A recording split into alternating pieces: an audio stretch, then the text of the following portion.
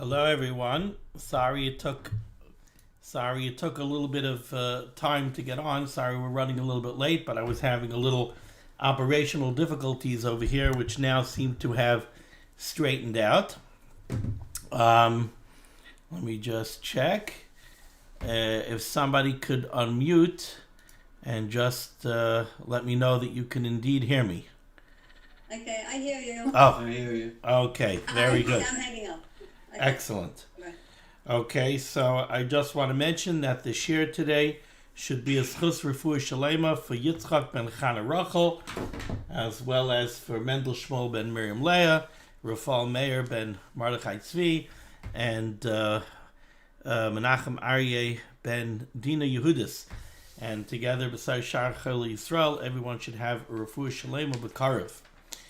So we're holding in Perek Chav Gimel. I always say what a beautiful kapitel, but they're all beautiful kapitlach.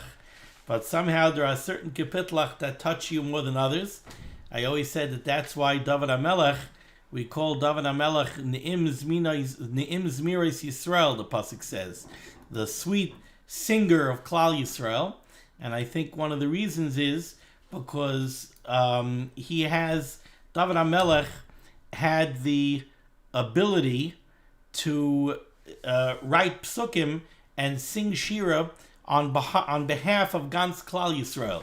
There's always something. Every person who says Tehillim, there's always something in Tehillim that speaks to them. Anybody who says Tehillim on a regular basis will say, oh, kapitel so-and-so, that kapitel just talks to my heart. And that's why Dovid HaMelech is the Ne'im Zmirais Yisrael. From the whole Klal Yisrael, he had that ability to sing on behalf of Gans Klal Yisrael. I need to... okay, that's exactly what I wanted to see. I was afraid somebody was going to try to join, and I wouldn't be able to see it on my screen, but Baruch Hashem, that worked. Okay, fine. Very good. So, last week, we went through Pasuk Gimel. And there was one piece of Pasuk Gimel that I wanted to address last week that I didn't get to. And that's the very end of Pasuk Gimel. The Pasuk says, Nafshi Yeshovev. And we spoke last week, we said Yeshovev means that Nafshi Yeshovev, either the Rebbeinu Shalom restores my nefesh, or Yeshovev, we said it means like a cycle, that the Rebbeinu Shalom repeatedly changes things around. So a person has easier times, a person has more challenging times, but a person has to realize it all comes from the Rebbeinu Shalom, Nafshi Yeshovev, and Yancheni v'maglei tzedek. We said that it's paths. Every path that the Rebbeinu Shalom leads you in is a path of tzedek. We spoke about how sometimes the straight way is not always the shortest way or the simplest way. Sometimes it's a curvy road that actually gets you where you have to go faster. So that's the Nafshi Yeshovev, but it's Yancheni v'maglei tzedek. And then the last two words of the pasuk are Leman Shemoi. And that means literally that the Rebbeinu Shalom does this for the sake of his name. What does that mean? That the Rebbeinu Shalom does it for the sake of his name. Leman Shemoi. So I wanted to say that Leman Shemoi, we know that the Rebbeinu Shalom has a lot of different names. And if you look in the Mitzudais over here, I'll just find it inside. The Mitzudais says over here, Leman Shemoi, Lahidia roiv hashgachah al yereyav. The Rebbeinu Shalom does all of this hashgachah. The Rebbeinu Shalom leads a person around with tremendous purpose and tremendous intent. And he's mashgiach al kol prat uprat. What that means is that the Rebbeinu Shalom is paying attention to every detail, exactly what a person needs and how a person needs it. And he does this, Leman Shemoi, says the Mitzudais, it's a lahidia to make known roiv hashgachah al yereyav, that a person should be able to look and be able to see, wow, look at the Ribbono Shel Olam's hashgachah. How many times does a person say something happens and a person says, wow, look at the siyata d'shmaya. Look at the beautiful siyata d'shmaya that we just had. I just had last week. My wife and I were here in the house, and we were both upstairs, and we were talking about something, and then I went to go back downstairs, and on the way down the steps, I smelled smoke. So you smell smoke. It was on an Erev Shabbos. You smell smoke. The first thing you do is you check the kitchen. I go into the kitchen and everything is fine. Then I went into my study in the front of the house. Lo and behold, my desk lamp that I had left on was on fire. The whole top of my desk lamp was burning. So Baruch Hashem, I came down at that moment in time, and I quickly grabbed the lamp and unplugged it and blew it out and took it out of the house. If we would have been upstairs for another 10 minutes, my desk was full of svarim. Svarim are flammable. My desk is full of svarim, and it's a wooden desk, and there's draperies nearby, and who knows? Well, Baruch Hashem, the Ribbono Shel Olam is mashgiach al kol prat uprat. Exactly when I'm going to come downstairs is Akol B'Yad Hashem. So I came downstairs, punked at the right time, and took it out and got rid of it. And the truth is, I'll show you even another siyata d'shmaya. Those of you who watch this share, that's been on Zoom now from this room and this desk for a while. This is not the desk that's in. This is my upstairs room. This is my recording studio. This is not. If you remember, it used to look a little bit different. I used to have svarim behind me. That's my study downstairs. This room is now set up as a recording studio, so I don't have to break down and set up lights and recorders and everything else every time I want to say a shir. It's all here. It's all ready. I just turn everything on. But if you remember, if you go back on YouTube and you look at the share a few weeks ago, you would see right here, you would see a lamp. Now, that's not the lamp that went on fire. But because my lamp downstairs went on fire, I had to buy another lamp. So I took that lamp that was up here, that was always in the way in my Dirshu share, in my Tehillim share. It was always very awkwardly placed. But I need the light. I need the light to read my svarim. So I took that lamp and I brought that lamp downstairs to my study. And now I have over here a new lamp that you can't see. I'll bend it down a little bit. Now I have a lamp that's on a clamp and on a boom. And now it stays up here. And now it's not in the way on the camera anymore. So everything there's tremendous hashgachah. That's my mic, by the way. There's tremendous hashgachah in everything. In every prat cotton. And the Ribbono Shel Olam, all of this hashgachah that the Ribbono Shel Olam does, some of it, sometimes the hashgachah is not only for exactly what happened, not only so that you should get the lamp and this and that, sometimes the Ribbono Shel Olam does that just so that you should be able to look and you should see the Yad Hashem. I've said many, many times in this shir, but it's something that always bears repeating. You should know, I used to be very sensitive. In the earlier years of saying shiurim, I used to be very sensitive to repeating things over and over and over again. Then I had a funny story. There's my Rebbe, Reb Ruven Zalazan Gesund, he has a very, very, not just a favorite vart, but it's a limud, it's a teaching that he holds is critically important. And that is, he always draws a distinction between Noach and Avram Avinu. By Noach, it says, Noach ish tzadik, tamim haya b'doiraisav, es ha'eloikim hishalech Noach. So it's es ha'eloikim hishalech Noach.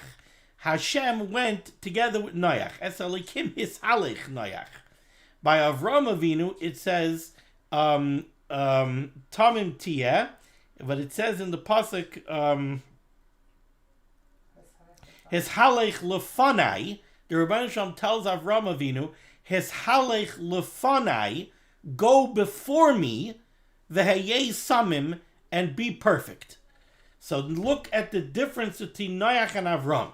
By Avram it says, es halekim his halech Noach. By Avram Avinu it says, his halech lefanai, go before me. So the distinction that Reb Ruven always brings is, Rashi says by Noach, es alikim es halech Noach, Rashi says that Noach needed a sad letamchay. Noach needed a support from the Ribbono Shel Olam. What is that support? That support is that the Rabbeinu Shalom, so to speak, was always behind Noach.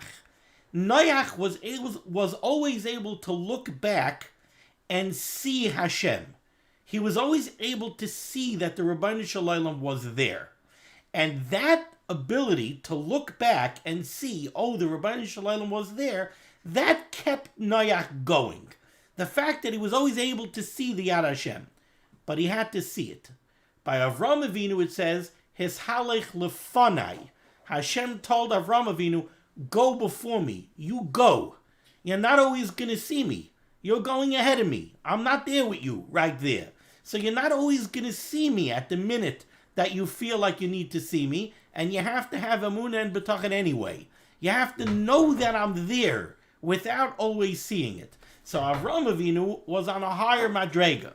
And that's really the madrega that the Rabbeinu Shalom wants for Klal Yisrael. The midah, the level, the madrega that the Rabbeinu Shalom really wants from us is not that we have to see the Rabbeinu Shalom all the time. Even without seeing the Yad Hashem, we should know He's there. He's there. I don't have to see it. I trust. I know that He's there. But Noach was earlier. Noach was a different madrega. Noach had to see it. All right. This is a vart that Reb Ruvain says many, many times. Now, Reb Ruvain gives a shmuz every year on Rosh Hashanah before Tekiyah Shofar.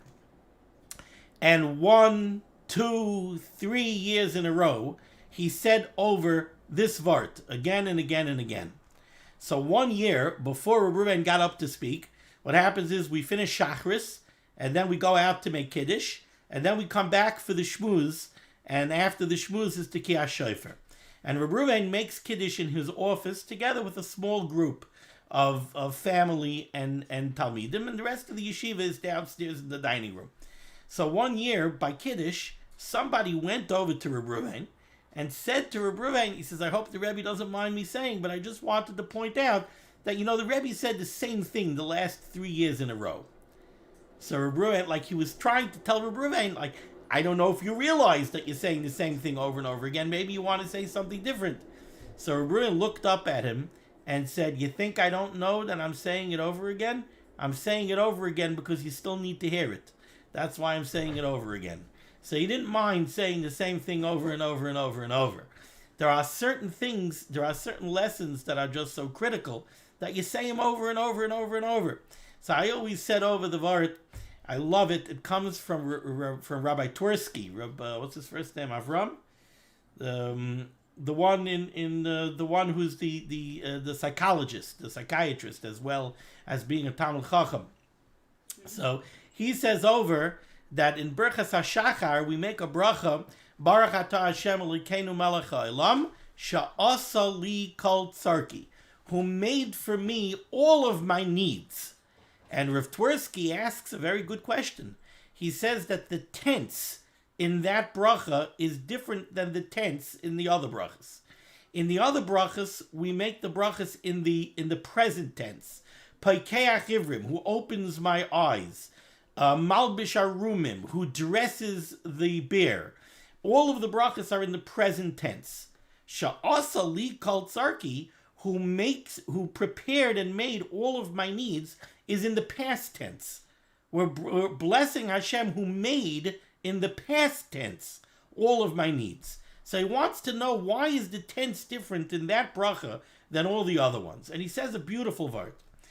First he asks a question. He says, can every member of Klal Yisrael make a bracha to Hashem, Sha'asa li kol tzarki, who made for me all of my needs? How about a pauper who has a family and doesn't have food to put on the table? How does he get up in the morning and make a bracha? Baruch atah Hashem Elokeinu melech haolam she'asa li kol tzarki. I don't have what I need. My kid is crying. He needs food. My wife is upset. She wants to know how we didn't pay the rent for the last 2 months. So how does he make a bracha? Baruch atah Hashem Elokeinu melech haolam she'asa li kol tzarki. How does he make such a bracha? So Rav Twersky answered that if somebody has emunah and betachan, he knows that whatever matzav he's in, whatever situation he's in, that is exactly what he needs right now. the pauper, the Ribbono Shel Olam decided that that's what that individual needs right now. Why? I don't know. And he doesn't know. He might find out. He might find out down the line. He might not find out. Sometimes the Ribbono Shel Olam had to prepare him for something that's going to come in the future. Sometimes there are lessons to be learned from it. I'll never forget my uncle, my father, Olav Shalom's brother, Reb Moshe Olav Shalom. He was a Holocaust survivor, like my father was. And he made a comment to me once. He said, when I was in Auschwitz, if I would have had the ability to pay somebody to get me out of Auschwitz, if I would have had the ability to say, I will give you everything that I have, and I'll give you all the money that I'm going to have in the future. Just get me out of here. Of course I would have done it. I would have paid everything under the sun to get me out of that place. Now that I'm a survivor, now that I'm 60 years removed from it, and I survived it, of course I didn't want to lose my family, of course I didn't want to lose loved ones, of course I didn't want to lose all the other members of Klal Yisrael, but me personally, the suffering, he said, that I went through, now that that's part of my makeup, it's part of my mental makeup, it's part of the matrix of my nefesh, it's part of my soul. I don't know if I would give it up. Yes, everybody talks about PTSD and the survivors and the struggles of the survivors. But he was saying that there were also valuable lessons that he got from it. One of the things he mentioned was, I went through the camps together with the Klausenberger Rebbe. The things that I saw by the Klausenberger Rebbe in the camps made an indelible impression on me.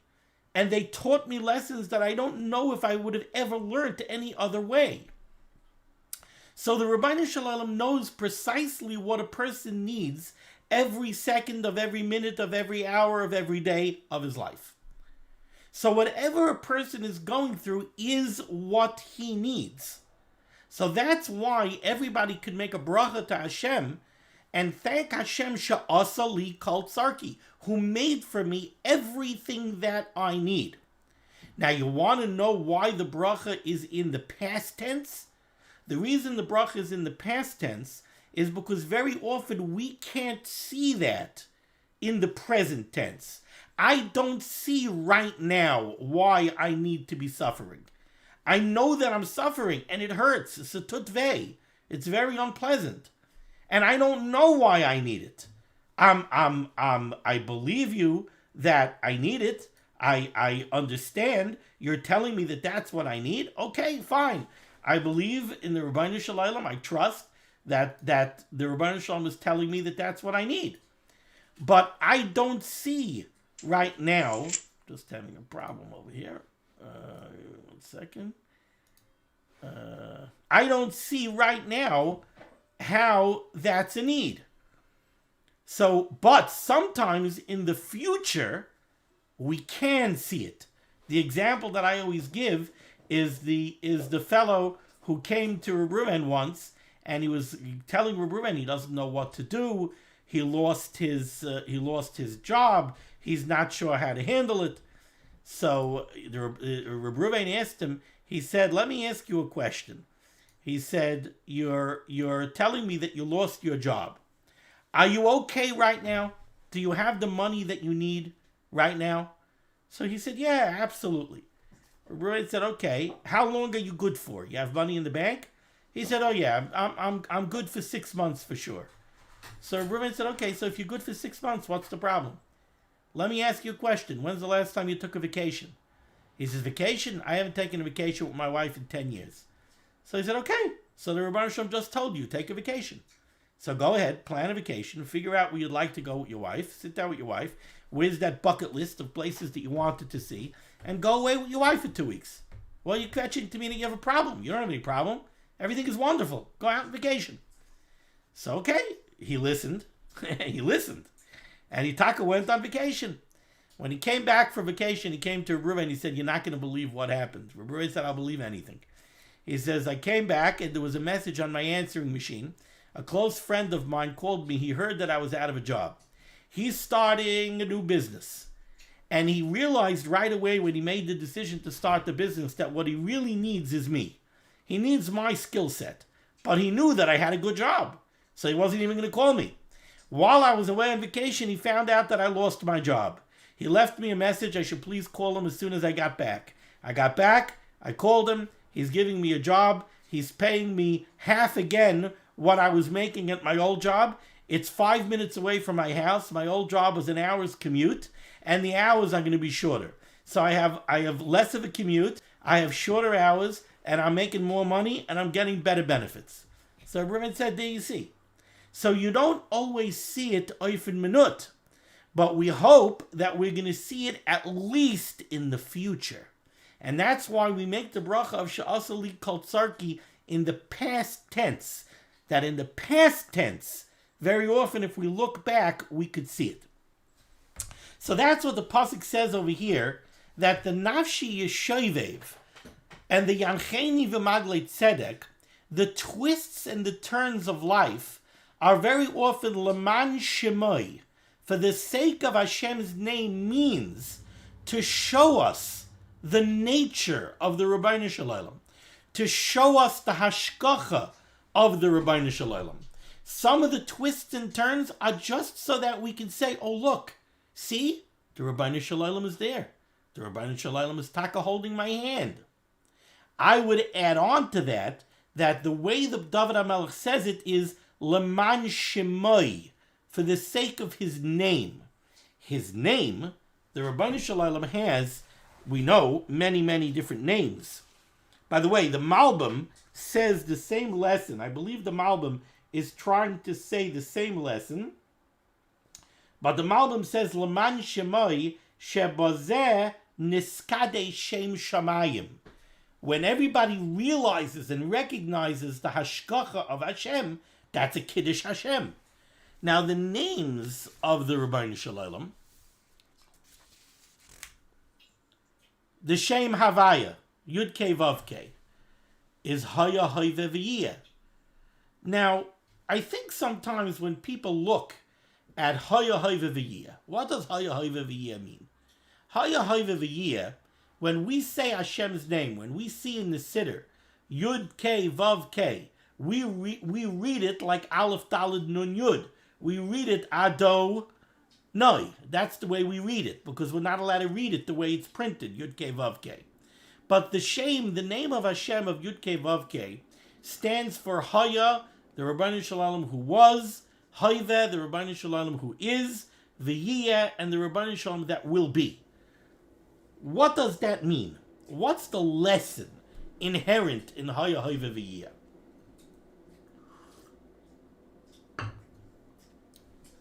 I think the main lesson of Haya Hoive V'yiyeh that we have to take into our lives is that we need to realize, again, whatever situation you're in, whatever situation Klal Yisrael is in. You know, sometimes you go to a Rav and you have to ask a Rav a Shaila. And I've seen this many times.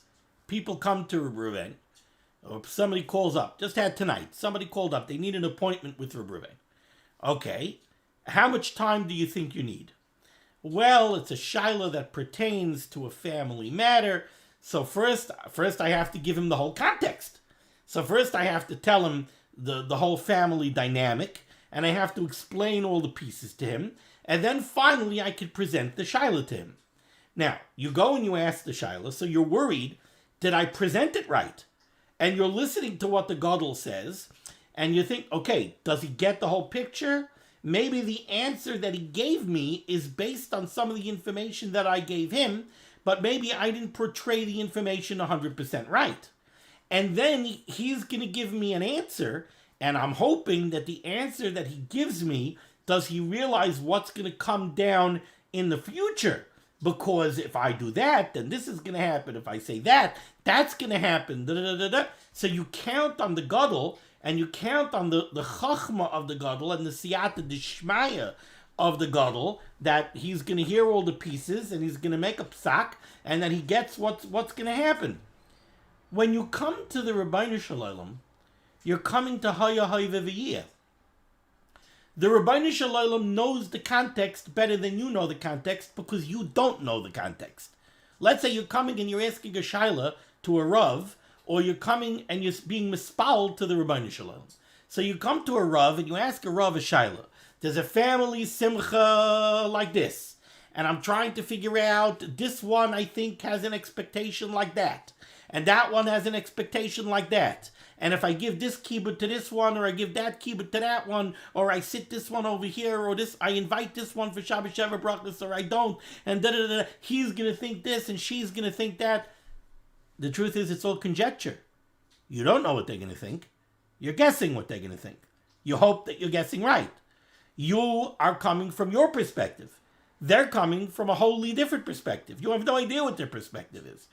How many times does it happen that there's a machlokes, and when you get down to the root of the machlokes, you find out that the parties of the machlokes had totally different perspectives. One person thinks that he did somebody the biggest favor in the world, and the other person somehow took it as an insult.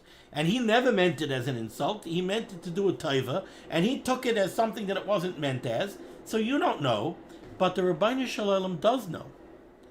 The Ribbono Shel Olam knows all of the context. The Ribbono Shel Olam knows exactly what the other person is thinking. Not only does the Ribbono Shel Olam know what the other person is thinking, the Ribbono Shel Olam knows why the other person is thinking it. The Ribbono Shel Olam knows the other person's parents, grandparents, and great-great-parents, and great-great-great-great-great-grandparents, and knows where they come from and how they think, and culturally where they're coming from. So when we say that the Ribbono Shel Olam is Haya Hayveviyah, what we have to understand is COVID-19. You know, the scientists and the doctors and the talking heads, they like looking back at the flu of the Spanish flu. What's the Spanish flu? The Ribbono Shel Olam has all the context going back to Sheishis Yimei Bereshis. The Ribbono Shel Olam, and not only that, the Ribbono Shel Olam knows exactly what's going on now, and the Ribbono Shel Olam knows what's coming down in the future. So, what, COVID-19? And how about 20 and 21? The Ribbono Shel Olam knows, the Ribbono Shel Olam is guiding us on a path. The Ribbono Shel Olam knows what's coming in the future. The Ribbono Shel Olam knows when he wants to bring Mashiach. The Ribbono Shel Olam knows what direction he wants Klal Yisrael to move in. The Ribbono Shel Olam knows exactly how Klal Yisrael needs to be tweaked.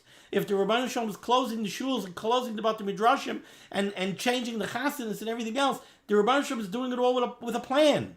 And it's all a plan that's based on Haya, everything that was, and Hoiveh, and everything that is now, and Yeh, and everything that will be. That's the context. That's the understanding that we have to bring when we look at Haya, Hoiveh, V'Yeh. So when we say that the Ribbono Shel Olam does something, Leman Shemai, the names of the Ribbono Shel Olam refer to different manifestations of the Ribbono Shel Olam's hashgachah, different midos, different attributes of the Ribbono Shel Olam. So one is Haya Hayveh V'Yeh. I would pick on another one. Shakai, the name of Hashem, Shin Daled Yud. Rashi says that Shakai is Dai Be'elakusi L'chol Beria. Rashi brings down from Chazal. Literally, that means Dai Be'elakusi. There's enough in my divinity, L'chol Beria, for every creation. Again, what does that mean? What that means is that, sometimes you have a powerful person. I saw right away when this whole COVID-19 thing started. So we were learning Daf Yomi, and the Gemara says that there's something called the Cholol Shel Malchus. The depth of Malchus, the intricacies of Malchus is Ef Shalahamid. A person can't begin to understand the complexity of Malchus. I always thought if there's one change that the United States government has to make, but the problem is that it's a double-edged sword. This concept that the presidency is 4 years, I think it goes back all the way to the Constitution. So it goes back to the founding of the country. How could you compare the complexity of the United States government now to the complexity of the United States government at the time of the drafting of the Constitution. You got to realize, a person becomes president now. From the time he becomes president until he could begin to figure out what's going on and what he can do and what he can't do and how it works and who he could count on and who he can't count on, it's at least a year. At least a year. Now, by year 3 of his presidency, he's busy running for a second term. So knock out the first term, knock out the first year, knock out the last year. Maybe he's got the 2 middle years, maybe, where he could think about trying to get things done. And then, if he wins the second term, the minute he wins the second term, oh, he's a lame duck president. You know, he's in his last term anyway. You know. So it's how much. Now, the only thing is, what are you going to do? You want to give the president a 6-year term? You want to give the president an 8-year term? Oy vey. Then what happens if we get stuck with the wrong guy? It's like, you know, here in New York, it's like every time somebody talks about our current mayor, they're like, oh boy, we're stuck with him for over a year. You know, so you get the wrong guy. Okay, we don't have to worry about these things because we're from a Yidden. And we know that all of this doesn't matter. We know Leiv Melachim B'Sarim B'Yad Hashem. The hearts of kings and princes and dignitaries are all in the hands of Hashem. So we are B'Yad Hashem. We're not in the hands of de Blasio and Murphy and Cuomo and Trump and Biden. We're in the hands of the Rabbeinu Shalom. So Baruch Hashem, we don't have to worry about it so much. But the complexity of Malchus is beyond one person. And I think that's why sometimes you see somebody like the president becoming so frustrated. Because here you're considered the most powerful person on the planet. Really? Really? If I have 8/10 of the State Department working against me, so what can I do already? I could tell people what to do, but do they listen? Do they not listen? You know, so can I really do? But the Rabbeinu Shalom is dai be'elikusi l'chol beria. At the same time that the Rabbeinu Shalom is deciding the hashgachah that you need, he's also deciding on your neighbor, and he's also deciding on your wife and your kids and your parents, and he's also deciding across the world on somebody in China, and he's also deciding on a bird whether or not he's going to be the early bird that gets the worm or not. Dai be'elikusi l'chol beria. You could turn to the Rabbeinu Shalom, and 1,000% of the Rabbeinu Shalom's attention is firmly fixed on you. It's not like when you have a powerful person that you're trying to appeal to, and you say, I hope you didn't forget about me. The Rabbeinu Shalom doesn't forget about you. The Rabbeinu Shalom knows every millisecond exactly everything that's going on by you. There's no forgetting about you. There's no ignoring you. The Rabbeinu Shalom knows. And it goes the same for everybody and for everything else that's going on in the world. That's one of the meanings of Hashem Echad, that the Rabbeinu Shalom is infinite. The Rabbeinu Shalom is not limited by any of this. So that's למען Shemai, that's the name Shakai.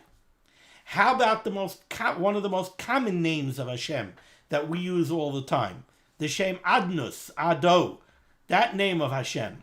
Well, that refers to the fact that the Rabbeinu Shalom is the Adain HaKoil, the Bal Yechelis Kulam, the Rabbeinu Shalom who's the master of everyone, and the Rabbeinu Shalom who's the Bal Yechelis Kulam, the Rabbeinu Shalom who can do anything at any time. Again, we have to realize when we mispal to the Rabbeinu Shalom. Again, I'm going to quote my Rebbe. Another one of my Rebbe's favorite vertlach that I've said over before. He always says by the mun. Why is it that Hashem fed Klal Yisrael in the Midbar with mun? We know that the pasuk says that Klal Yisrael looked at the mun and they called it mun. The pasuk says why they call it mun. Ki lo yodea mahu. They didn't know what it was. They looked at this funny stuff and it didn't look like food, so they called it what? Mun is like what? What like ma? What is this? They didn't know what it was. So my Rebbe always asks a very basic question. He says, why did the Rabbeinu Shalom give them something that wasn't food? The Rabbeinu Shalom could have fed them with food. Now, the Rabbeinu Shalom wants to make sure you get the food that you like, so the Rabbeinu Shalom knows what you like. And not only he knows what you like, he knows what you're in the mood of today. So if the Rabbeinu Shalom knows that you're in the mood of deli, so he'll give you a nice, hot Romanian pastrami sandwich on club with deli mustard. and fries on the side. And if he knows that your wife wants cheese blintzes, so he'll give her cheese blintzes and he'll give you placemats so that you could have fleischiks and she could have milchiks. You know, and he knows what your kids want. So your kids want pizza, today you're going to get pizza. But you could get food. Why do Rabbi Hashem have to give you something that's not food? So Reb Ruben has such a beautiful answer. Reb Ruben's answer always is, he says, you know, as much as a person has emunah and betachon, sometimes people limit the Ribbono Shel Olam. What do you mean? He says like this. The picture he always gives is, a guy is having a hard time with parnasa. And every month he sits down and he does the bills. And he says, all right, how am I going to pay the bills this month? I have the mortgage, and I have the car insurance, and I have the tuitions, and I have the credit card payments, and I have the personal loan payment, and I have the gemach payment. How am I going to pay? So, all right, this money is coming in, that money is coming in, this money is coming in. All right, I'm $1,500 short. Emunah and betachon. I trust the Ribbono Shel Olam. The Ribbono Shel Olam will give me the $1,500. And by the way, I also have in the back of my mind, I know that I'm supposed to get a tax refund. I don't know exactly when the tax refund is going to come, but hopefully the Ribbono Shel Olam will make that the tax refund will come on time, and that'll make up the $1,500. Then next month, he's $1,200 short. Where's the $1,200 going to come from? I have betachon. And at the back of his mind, he knows that there's an insurance payout that he's supposed to get from reimbursements or whatever it is. Then the next month, he's $1,700 short. Yeah, but at the back of his mind, he knows that the mortgage, the escrow, there's an overage in the escrow, and he's supposed to get an escrow payment. So he has betachon. Now comes a month, and he sits down and he does his bills, and he's $3,000 short. And then he looks and he says, there's no tax refund coming. There's no insurance payout coming. It's not bonus time. It's not my favorite. It's not my birthday, and my favorite aunt isn't sending me $1,000 check. There's nothing on the horizon. And the guy can't see anywhere where the money is going to come from. And now suddenly the betachon is very hard. Calls, man. I didn't know for sure that money was coming. But I had in my imagination, I could at least imagine where the money was going to come from. As long as I could imagine where the money is going to come from, I can have betachon. But when I don't have a glimmer of hope, when I don't have anything even in the furthest stretches of my imagination, now suddenly I'm like, oh boy, now it's a challenge to have betachon. But the question is why? Why? Are you limiting the Ribbono Shel Olam? The Ribbono Shel Olam could only give you the money when you're expecting a tax refund? The Ribbono Shel Olam can't give you the money some other way? That's why the Ribbono Shel Olam gave Klal Yisrael mon. Like the pasuk says, Lahidia, to let you know, Ki lo ya'ala lechem levada yichyeh adam. You don't only live on food. If the Ribbono Shel Olam wants you to live on something that's not food, you'll live on man. It's not kiloi al ha-tax refund, yichye ha'adam. You don't need a tax refund for the Ribbono Shel Olam to give you parnasa. You don't need an insurance payout for the Ribbono Shel Olam to give you parnasa. The Ribbono Shel Olam, you want to hear a cute way that the Ribbono Shel Olam could give you parnasa? Get a load of this one. You have a guy who's struggling with parnasa, and every month he's going through the same rigmarole, and he's trying to figure out, and betachon. And then along comes COVID-19, and the bank sends you a letter and says, if you're experiencing hardship, you can go on a COVID-19 forbearance program, and now you're not going to pay the mortgage for a year. Did this guy ever in his wildest imagination dream that something was going to come that was going to exempt him from making mortgage payments for a year? In his furthest dreams, it's not anything that he thought was even possible.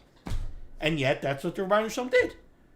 So, the guy is thinking, I'm struggling. I can't imagine how the Ribbono Shel Olam is going to help me.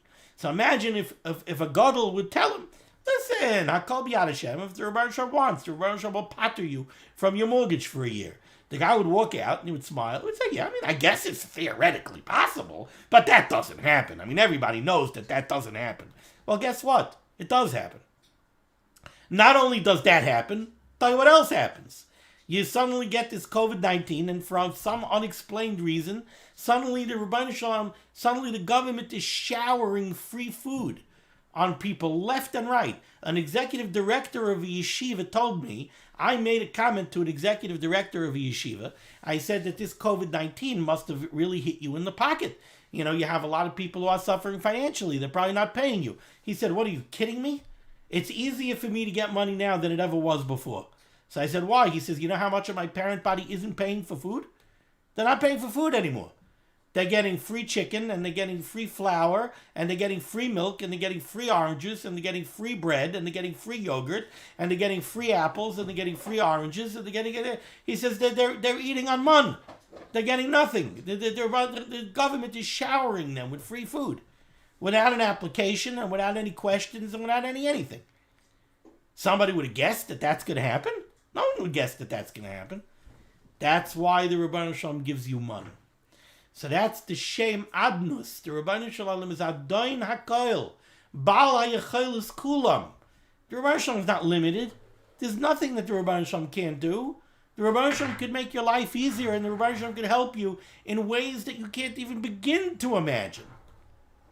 I think all of this is in the last two words of Pasuk Gimel, Leman Shemoi. Leman Shemoi.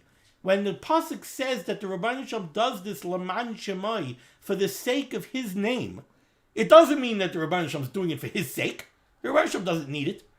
What it means is Leman Shemoi, the Rebbeinu Shalom wants you to see his name. The Rebbeinu Shalom wants you to see his kaiches. The Rebbeinu Shalom wants you to see his hashgachah. And the Rebbeinu Shalom wants you to see his abilities. And the Rebbeinu Shalom wants you to see his love. The Rebbeinu Shalom wants you to see how much he loves you, and how much he cares for you, and how much he's there for you. That's why the Rebbeinu Shalom does this. The Rebbeinu Shalom is knocking on the door. And the Rebbeinu Shalom is saying, look at my hashgachah. People come and people say, Rabbi Weiss, what can we learn from this? What can we learn from everything that's going on? Are you kidding me? There's so much to learn. This has been such a Musar Sefer. And everybody, unfortunately, and again, this is something I usually say it around Yomim Noraim. I always make the point before Rosh Hashanah. Don't chas v'chalila make the Rebbeinu Shalom the enemy. Don't come and think, oy vey, Yom Adin is coming. The Rebbeinu Shalom, it's Judgment Day. The Rebbeinu Shalom, he's out to get me. He's going to find all of my wrongdoings, and he's going to find all of my shortcomings, and he's looking to give me punishments. What can I do to be Zoycha b'Yom Adin? That's not, you got it all wrong. Yes, you have to worry about the Yom Adin. Yes, you have to treat it seriously. But the Rebbeinu Shalom is not the enemy. The Rebbeinu Shalom loves you. When we say that we come before the Rebbeinu Shalom kivnei marayin, when we say in the Sana Tokef that we come in front of the Rebbeinu Shalom like sheep, you know, when the farmer counts his sheep, he holds a stick, you know, like my Meiser Behema. That's the mashal they always give. A person has to give Meiser Behema. He gives one out of every 10 animals. He gives to the Beis Hamikdash. So how did they count them? They had a stick with paint on it, and they let the animals come in one at a time, and the 10th one they hit with a painted stick to make a mark on it. But when the owner of the animals is going through the animals and looking at them one at a time, he's not doing it with a chalif. He's not doing it with a knife because I want to slaughter them. And he wants to look for the one to slaughter. He's doing it with love. He wants to see, what does each one need? This one needs a little more food. This one needs a little more exercise. This one needs a little bit more sun.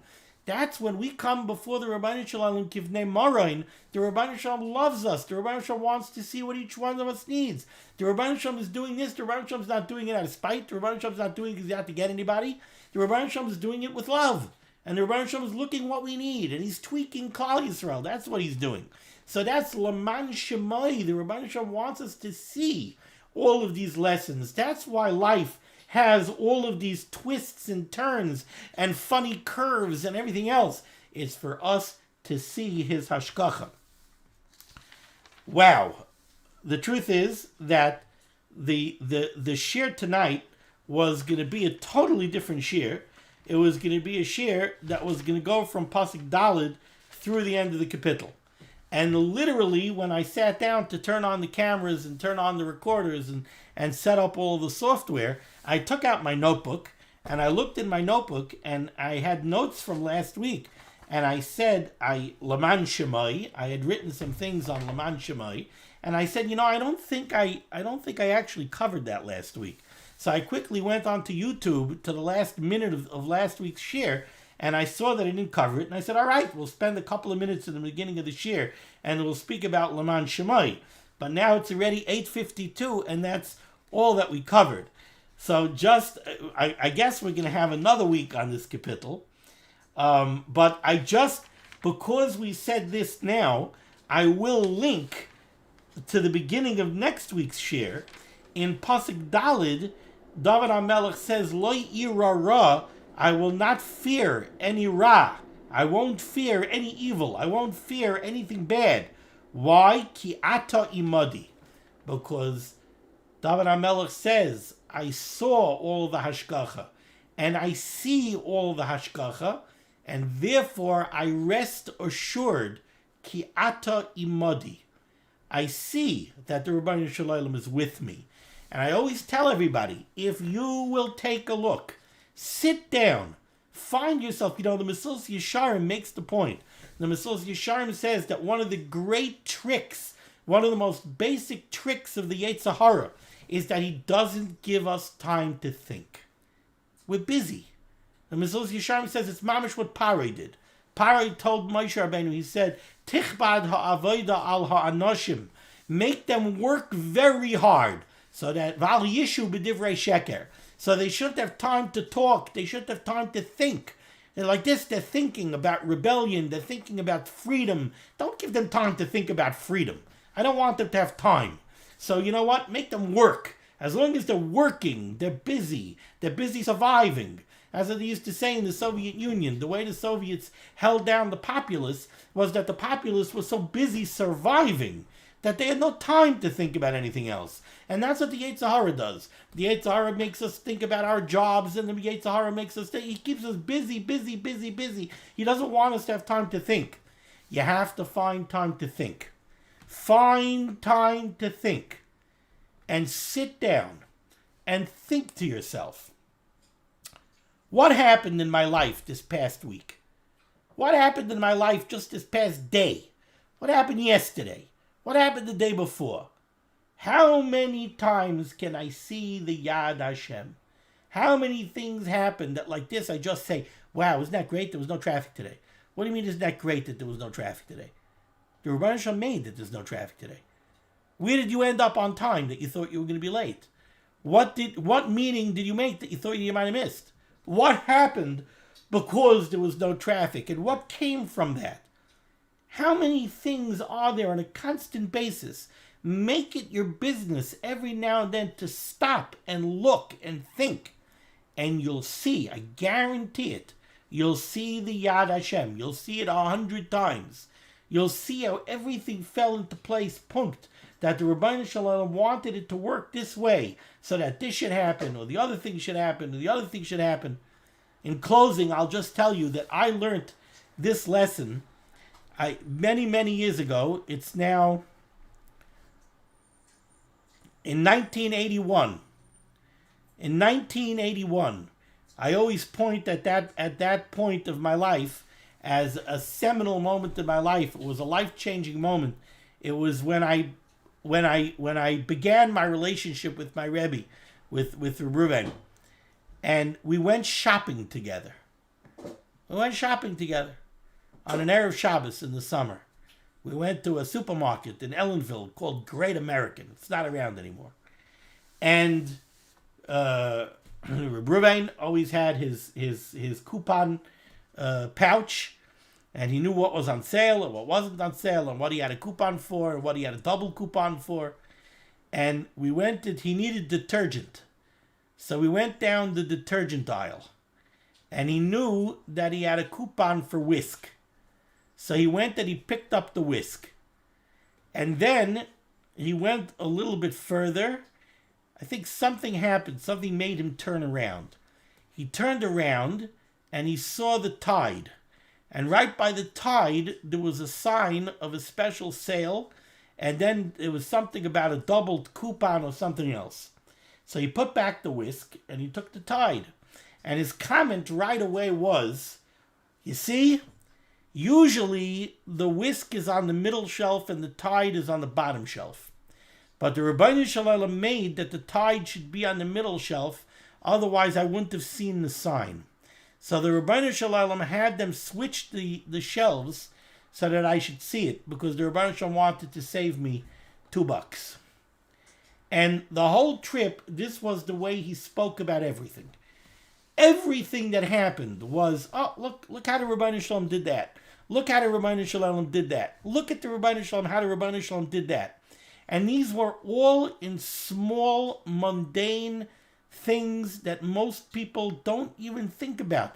They don't connect them to Ruchnius. They don't connect them. They don't connect these dots to the Ribbono Shel Olam. But Reb Ruvain, in every minute of his life, everything that he sees, oh, that's why the Ribbono Shel Olam did that. That's why the Ribbono Shel Olam did that. Everything is the Yad Hashem. When a person lives that way, he realizes, Ki ato imadi. The Ribbono Shel Olam is with me. The Ribbono Shel Olam is with me every second of every day. All right, we'll stop over here. Thank you so much for joining me for limud HaTorah. The Ribbono Shel Olam should be mezaka us. We should be able to take all of these lessons of Dovid HaMelech. We should be able to bring them into our lives, and it should be lo ira ra ki ato imadi. We should have this feeling that we don't have to fear anything, ki ato imadi, which will, B'yirtzeh Hashem, expand upon next week. Let me see.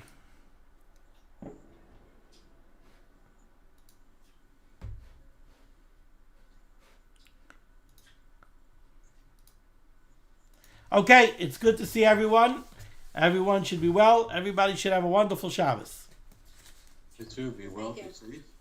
Thank you, Rabbi. Be well. Okay.